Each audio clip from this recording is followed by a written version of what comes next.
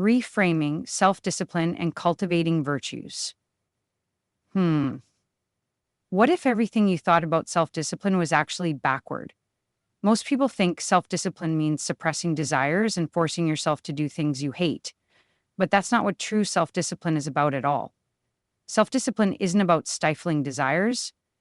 It's about redirecting them gently into more productive direction. Think about it. Our desires and emotions provide motion. They give us energy to act. The problem isn't having desires, it's letting them pull us toward things that don't serve our deeper purposes. When you spend hours scrolling social media, you're not lacking discipline. You're wasting a good desire to know things on content that won't help you grow. True self-discipline redirects that curiosity toward reading literature or learning something meaningful. This reframing changes everything. Instead of seeing discipline as deprivation, see it as liberation. It's giving your desires better outlets. It's choosing the deeper satisfaction over the quick hit of dopamine. And here's what's beautiful. When you struggle with discipline, of course you do, you're actually trying to develop many different virtues without realizing it. The key is to focus on just one specific type at a time. Did you know there's a precious set of habits that humans are predisposed to develop? And they make all the difference between flourishing and merely surviving. While most habit books focus on how to develop any habit, they miss something crucial. Which habits actually matter most? Super habits are capacities you already have inside you waiting to be activated. Think of them like muscles you didn't know you had. Every one of us has within us the muscle for courage, for self-discipline, for wisdom. They just need to be exercised. The ancient Greeks and Romans identified about 50 of these virtues or super habits that comprise human excellence. And the truly exciting part? Any problem you face in life can be addressed by cultivating the appropriate virtue.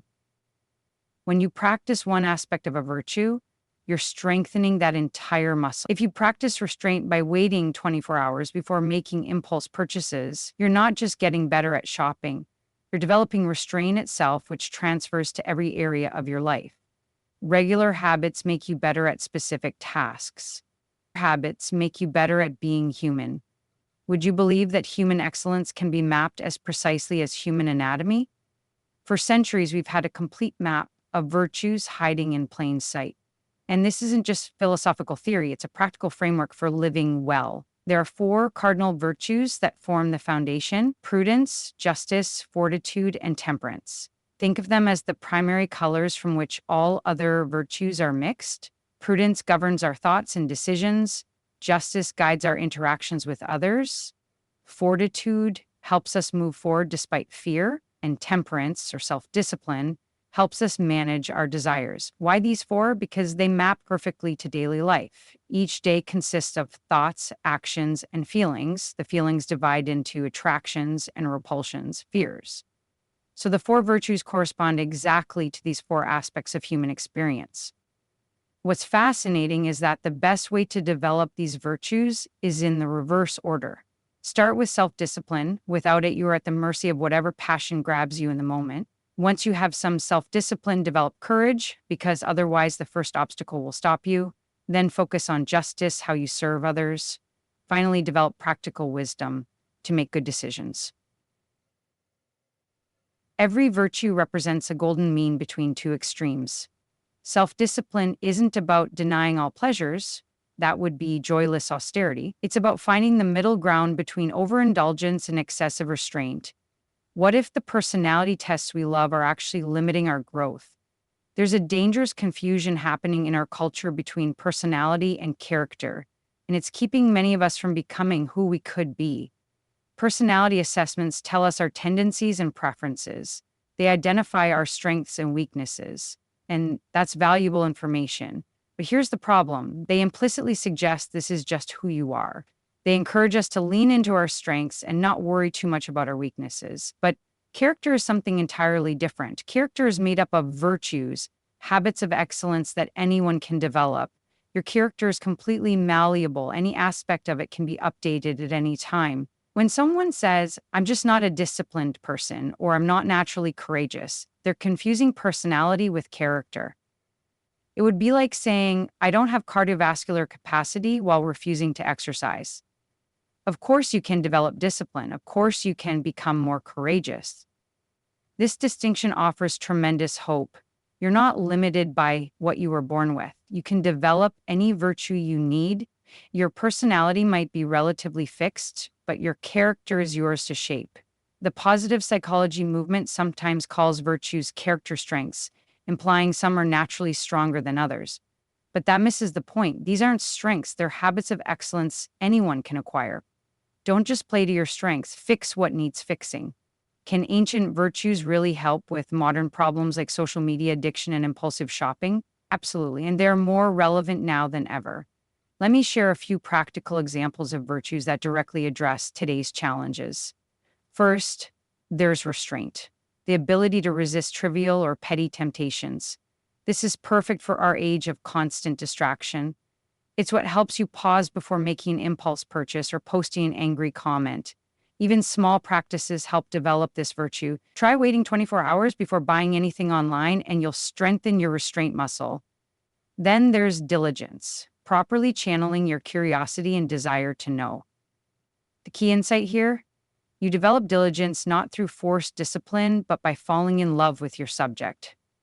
Focus on why something interests you or how it could help others. That intrinsic motivation is far more powerful than extrinsic pressure. Orderliness is another crucial virtue, ensuring you do the most important things first rather than whatever you feel like doing. But beware of the extreme, compulsively following your to-do list without flexibility for human relationships. Perhaps most countercultural is the virtue of leisure, called eutropelia in Greek. This is spending time doing something purely for the love of it, not for achievement. It's necessary for mental rest. Our minds are problem-solving machines that only truly rest when engaged in something that has no problem to solve, just pure enjoyment. The test? If you could push a magic button and get all the benefits without doing the activity, would you? If yes, it's not true leisure, it's just another means to an end. What if you could develop character with the same scientific precision that elite athletes develop physical skills? You can, and it's simpler than you might think. Here's how to actually implement virtue development in your life. First, select the right virtue to work on. Don't try to develop all 50 at once. Look at your current challenges and identify which virtue would most help address them. Are you struggling with impulse control? Focus on restraint. Finding it hard to stick with difficult tasks? Work on perseverance. Once you've selected a virtue, start small. Any practice that exercises that virtue will strengthen it. And here's the beautiful part. Unlike specific habits that only make you better at one thing, practicing any form of a virtue strengthens the entire virtue. It's like a transferable skill. Regular reflection is crucial. Check in with yourself. Which virtues need attention right now? This isn't about picking one virtue and hammering away at it forever. It's about fine-tuning a little more foresight here, a bit more courage there. Remember that virtues are always the middle path between two extremes. Self-discipline isn't about restraining every desire. That's joyless austerity. It's about finding the sweet spot between overindulgence and excessive restraint. Finally, learn from others. Look for people who exemplify the virtue you're working on. How do they do it? What can you learn from them? Virtue development is a communal activity, not just an individual pursuit. Takeaways and tips. Start by identifying which desire underlies your struggle with discipline. Ask yourself, what deeper need am I trying to meet with this behavior? Choose a more meaningful channel for that same desire. Focus on developing one virtue at a time based on your current needs. Remember that practicing any form of a virtue strengthens the entire virtue. Schedule regular reflection to assess which virtues need attention.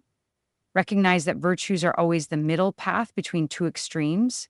Find role models who exemplify the virtues you want to develop. Trust that small, consistent efforts will compound over time. Use personality assessments for insight, but don't let them limit your growth. Make time for true leisure, something you do even if it accomplished nothing. Remember, these aren't abstract ideals, they're practical solutions to everyday challenges. And the best part, you already have everything you need inside you.